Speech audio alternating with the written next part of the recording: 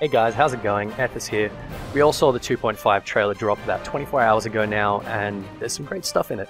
And Enkidu isn't a chicken, the Wham Jam is going down in Midgard, you've got a seemingly new and very unsubtle Ascian that seems to have infiltrated the Scions once again, perhaps through the Braves. The Cloud of Darkness looks creepy as hell.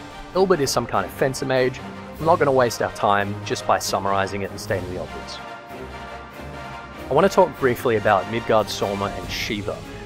I'd already talked about how Ramu and Shiva in particular break the expectations that had previously been set up regarding the primals as basically just instruments of their client worshippers for war or deterrence. Iceheart has told us that she intends to forge a lasting peace between mortal and dragon, and then she tells us to seek out the Keeper of the Lake. Why would she want us to visit the God King of the Dragons that have perpetuated this 1,000-year war? To make sure that he's dead? I do not think so. We know that Midgardsormr was in slumber for at least several centuries before his battle with the Agrials. We know that Shiva was condemned as a heretic for lying with the dragon, surely the pinnacle of her bipartisan attitude.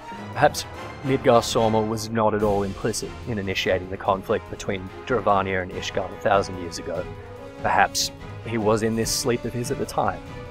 He rose from the lake to defend Eorzea, at great cost to himself and his own. Dravania was at no immediate threat from the Gallian invasion of Mordona in 1557 of the 6th Astral Era, and had no real stake in the conflict. A lot of people have been suggesting that with Heavensward focusing so heavily on the 1,000-year war, that an awakening of Midgardsormr will serve as an instrument to intensify the conflict, and subsequently force Ishgard to open its gates to foreign aid, but I don't think that this is the case.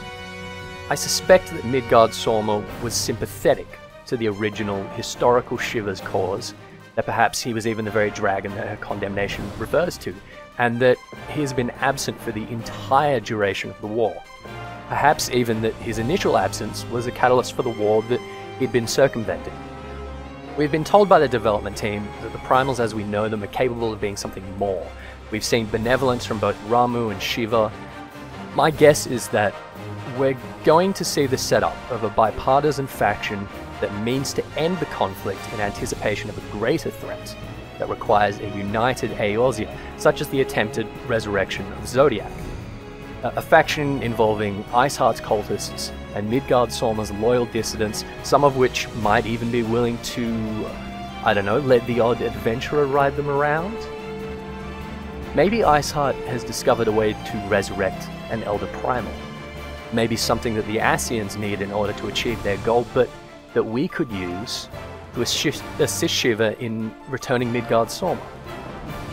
Maybe an artifact like the Staff of Levelure. Anyway, thanks for watching guys. Duke it out in the comments and we'll have another chat about Midgardsormr and Friends when we know exactly where the patch is heading. But for this week, I think we all have some food for thought. Cheerio.